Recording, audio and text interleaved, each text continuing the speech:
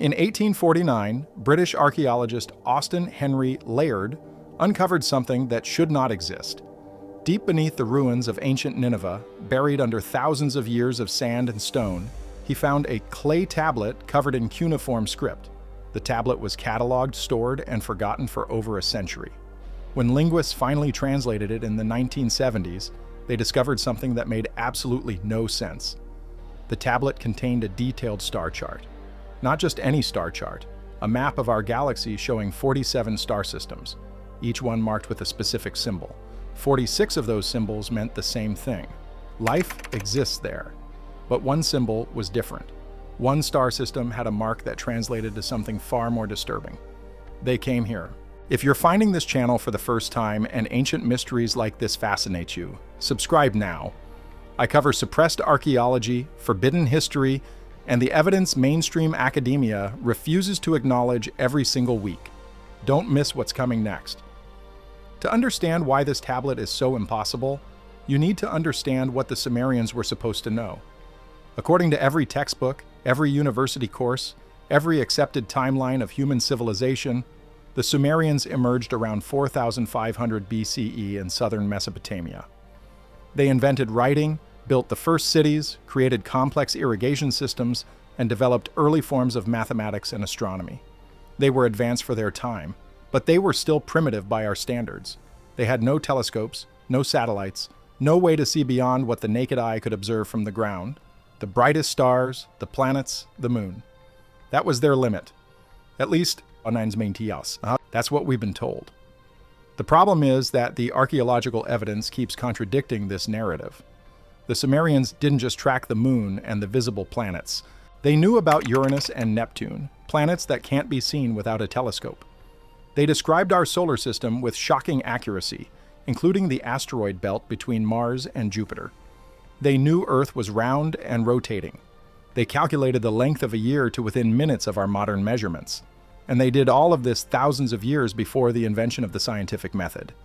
Mainstream archaeology explains this away as coincidence, myth, or misinterpretation. But the deeper you dig into Sumerian texts, the harder that explanation becomes to accept, because the Sumerians themselves never claimed they figured this out on their own. In their own words, repeated across thousands of clay tablets, they said the same thing over and over.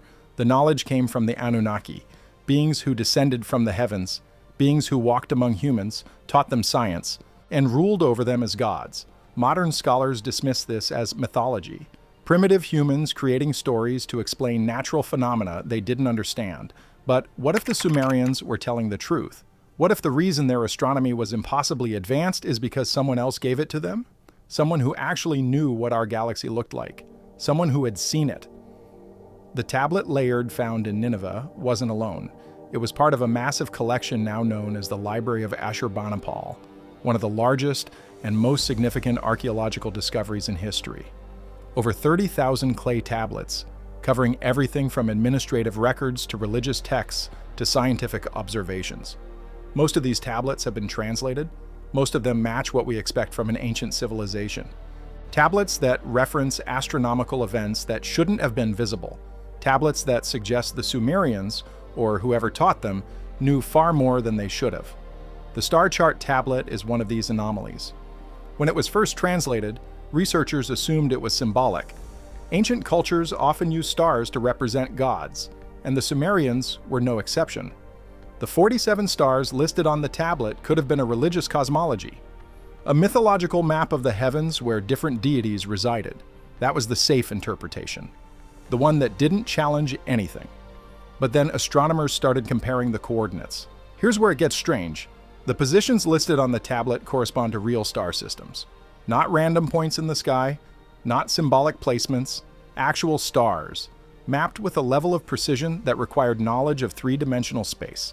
The Sumerians shouldn't have understood that stars were different distances from Earth. They shouldn't have been able to calculate parallax or depth, but the coordinates on this tablet suggest they did. Even more disturbing, many of these stars are not visible from Earth without advanced magnification. Some are in distant regions of our galaxy that we only confirmed existed in the last century.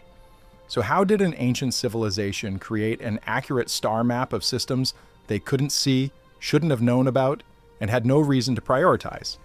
When the first peer-reviewed analysis of the star chart tablet was published in 1981, the academic community rejected it almost immediately. The lead researcher, Dr. Werner Stein, was a respected linguist with decades of experience translating Sumerian cuneiform. His credentials were impeccable, his methodology was sound, but the conclusions he reached were too dangerous. He argued that the tablet was not symbolic. He argued that the Sumerians had been given real astronomical data from an external source. He didn't use the word extraterrestrial in his paper, but the implication was obvious. Within 2 years, Dr. Stein's funding was cut. His university position was quietly eliminated, and the tablet itself was removed from public display, locked away in the restricted archives of the British Museum, where independent researchers cannot access it without clearance that is almost never granted. This is the pattern that repeats over and over in archaeology. When a discovery threatens the accepted narrative, it gets buried. Not destroyed, not disproven, just removed from view. Placed in storage, forgotten. The official explanation given for restricting access to the star chart tablet was preservation concerns. The clay was fragile, the markings were deteriorating. Public display would damage it, reasonable on the surface, except that dozens of Sumerian tablets in far worse condition remain on permanent display in the same museum. The difference is that those tablets don't challenge anything. They confirm what we already believe about ancient Mesopotamia. This one doesn't. Dr. Stein wasn't the only researcher to face consequences for pursuing this line of inquiry. The 47 stars were not random. They formed a pathway, a route through the galaxy. Before the team could publish their findings, their research grant was terminated. The official reason was budgetary constraints, but insiders noted that the shutdown came within weeks of the team submitting their data to the European Space Agency for verification. Whatever they found, someone didn't want it confirmed. Then in 2003, something changed. A retired NASA engineer named Robert Harrington began working with a private group of researchers who had obtained high-resolution scans of the star chart tablet through unofficial channels. Harrington had spent 40 years calculating orbital mechanics for deep space missions. He knew how to map celestial objects, he knew what real astronomical data looked like, and when he analyzed the Sumerian tablet, he confirmed what Dr. Stein had argued 2 decades earlier. The coordinates were real, the stars existed, and the map was accurate to a degree that shouldn't have been possible without satellite imaging and computer modeling. But Harrington found something else, something that even Dr. Stein hadn't noticed. The 47 stars weren't just a random collection of systems with life. They were organized by distance from a central point. That central point wasn't Earth. It was a star system located roughly 1,200 light-years away in the constellation we now call Lyra. The tablet referred to this system as Nibiru Antu, the home of the Anunnaki. According to Sumerian mythology, this was where the gods came from before they descended to Earth. Mainstream scholars had always interpreted this as a poetic name for the planet Venus, or perhaps a symbolic representation of heaven itself. But the coordinates suggested something different. Nibiru Antu was a real place, a star system that the Sumerians knew the exact location of, a system that, according to the tablet, was the origin point for whoever created this map. Harrington didn't stop there. He traced the pathway suggested by the star positions. If you plotted the 47 systems in order based on the symbols accompanying each one, they formed a route, a journey from Nibiru Antu through the galaxy, passing by 46 other star systems before reaching the final destination. That final destination was our solar system. The symbol marking our sun was different from all the others. The other 46 stars had a mark meaning life. Our star had a mark meaning contact. We were not just another system with life. We were the endpoint, the destination, the place where whoever made this map had chosen to stop. In 2006, Harrington presented his findings at a private conference in Prague, attended by archaeologists, astronomers, and historians who were willing to entertain unconventional theories. His presentation included detailed analysis of the star chart, comparisons with modern astronomical data, and statistical modeling showing that the probability of the Sumerian coordinates matching real star systems by chance was less than 1 in 10 million. The reaction was mixed. Some researchers were intrigued, others were skeptical. But no one could disprove his work. The data was solid. The math checked out. The only question was what it meant. After the conference, Harrington was approached by a group he would only refer to in later interviews as independent contractors with government connections. They wanted his research, all of it. The raw data, the models, the scans of the tablet. They offered him a significant sum of money and a consulting position that would have set him up for life. The only condition was that he sign a non-disclosure agreement and never speak publicly about the star chart again. Harrington refused. 2 months later, his home was broken into. Nothing valuable was stolen, no electronics, no jewelry. The only thing missing was his external hard drive containing 15 years of research on the tablet. Backups stored in a safety deposit box were also accessed and wiped. Harrington believed the breach was professional, targeted. Someone wanted his work erased. But they didn't get everything.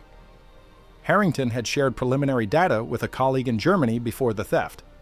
That colleague quietly continued the research using the surviving fragments. What they discovered pushed the mystery even deeper. The star chart wasn't the only tablet referencing these 47 systems.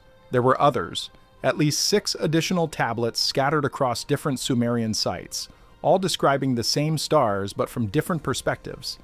One tablet included details about the planets orbiting these stars. Another described atmospheric compositions. A third included what appeared to be distance measurements calculated in a unit that, when converted to modern terms, closely matched light years. The Sumerians had a word for the distance light travels in a year, a concept that we didn't develop until Einstein's theories in the early 20th century. As more researchers quietly began examining the star chart data, patterns started emerging.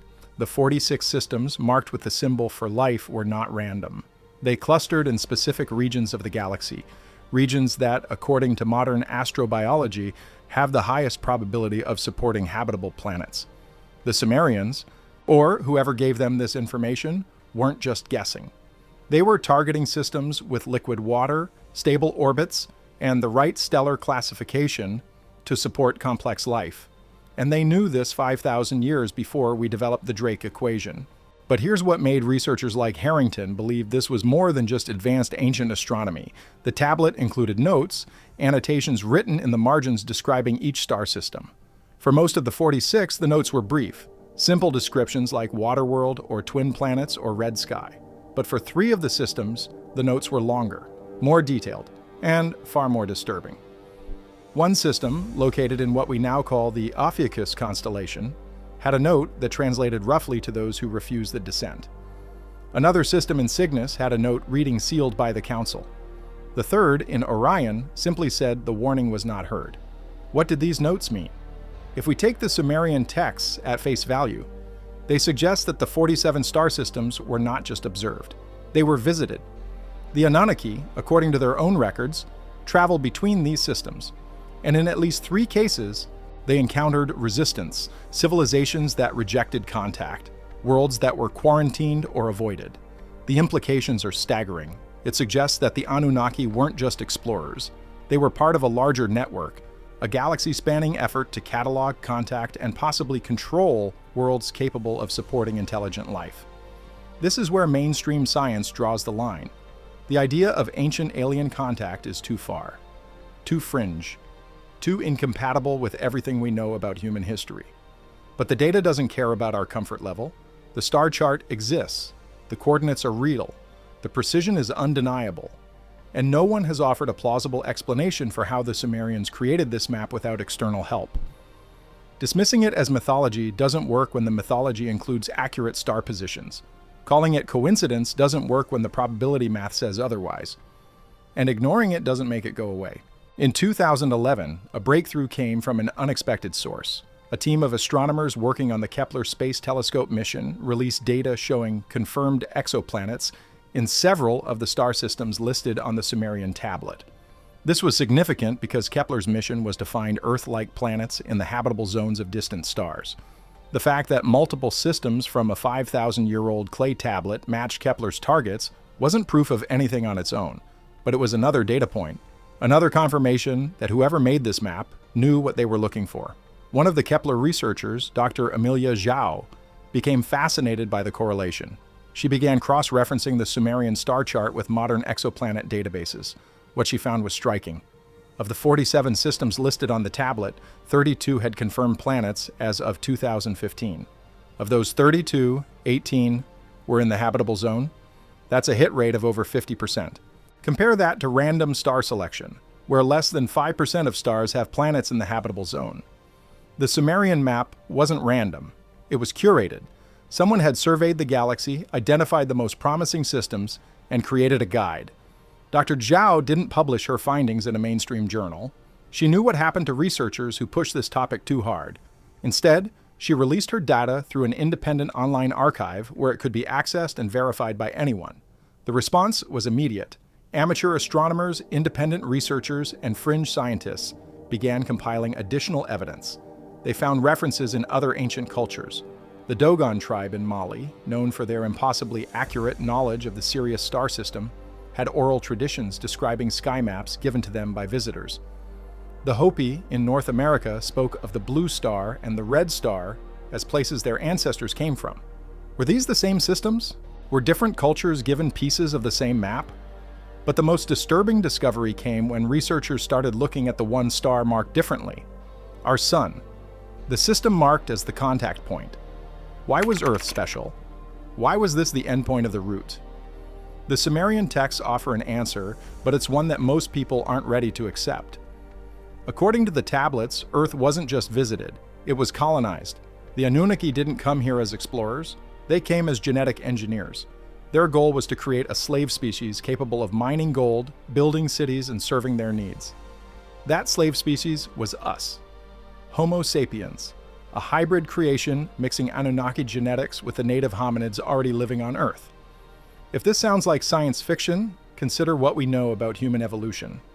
Modern humans appeared roughly 200,000 years ago. We are genetically distinct from every other primate on Earth.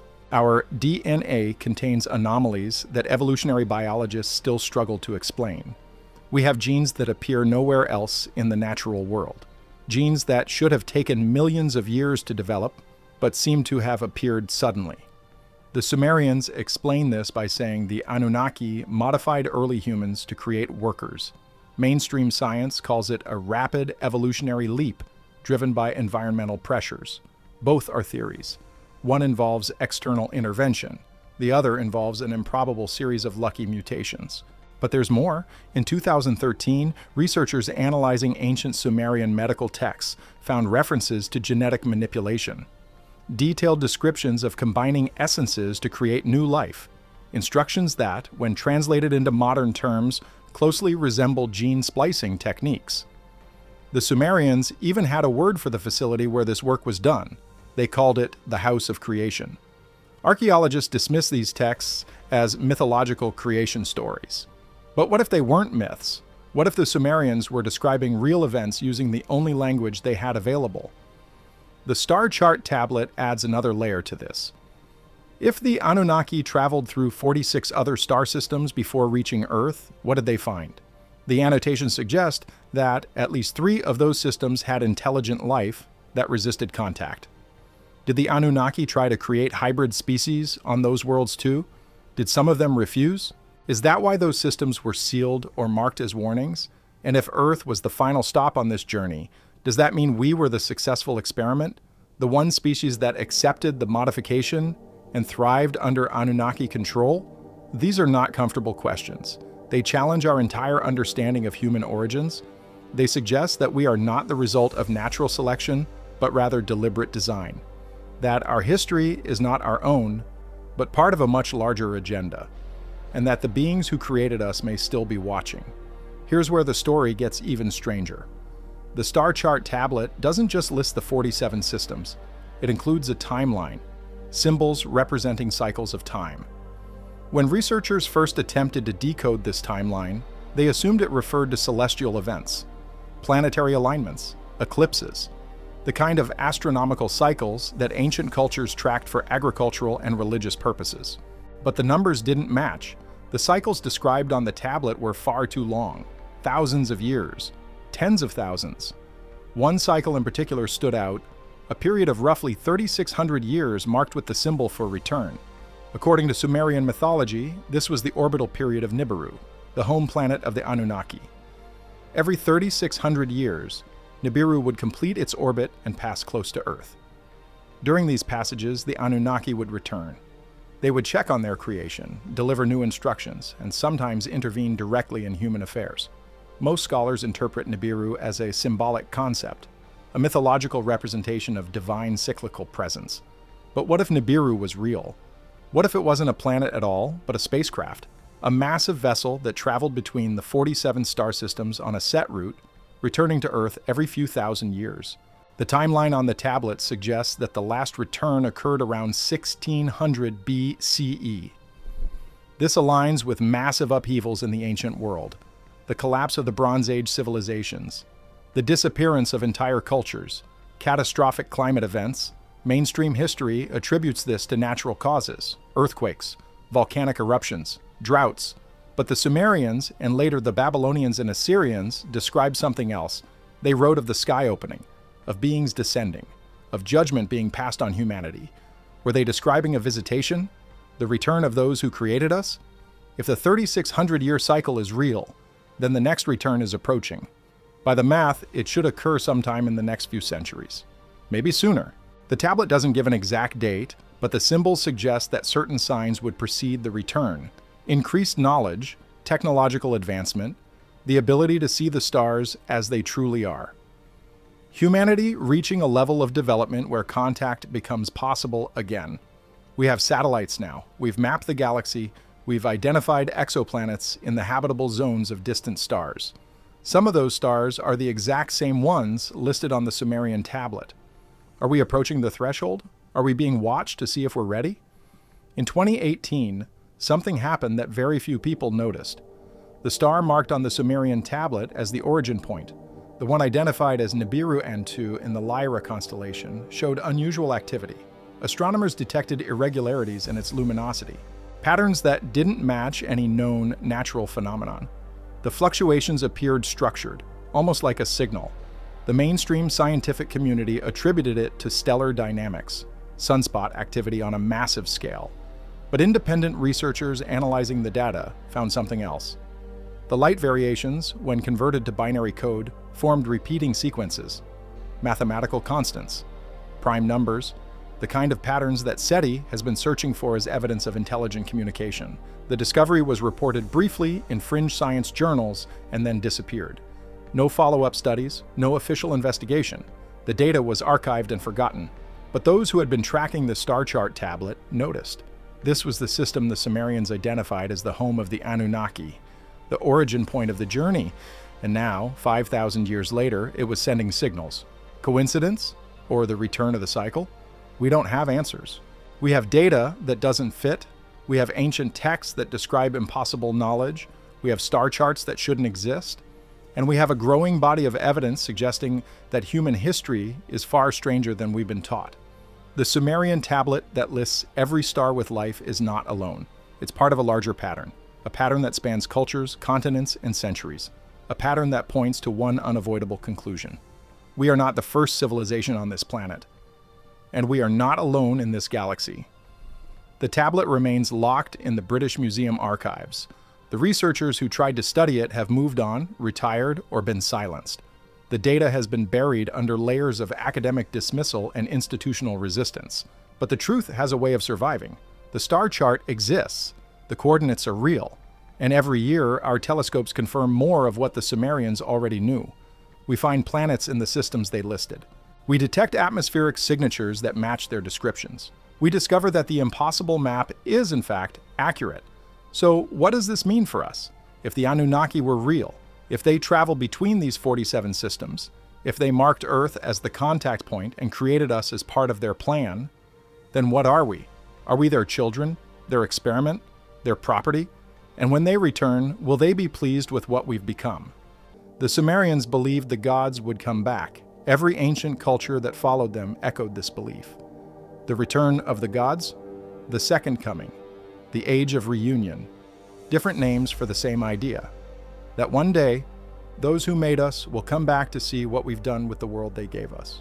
The star chart tablet suggests they've been monitoring us all along, watching from those 47 systems, waiting for the right moment to make contact again. And that moment, according to the cycles they left behind, is coming soon.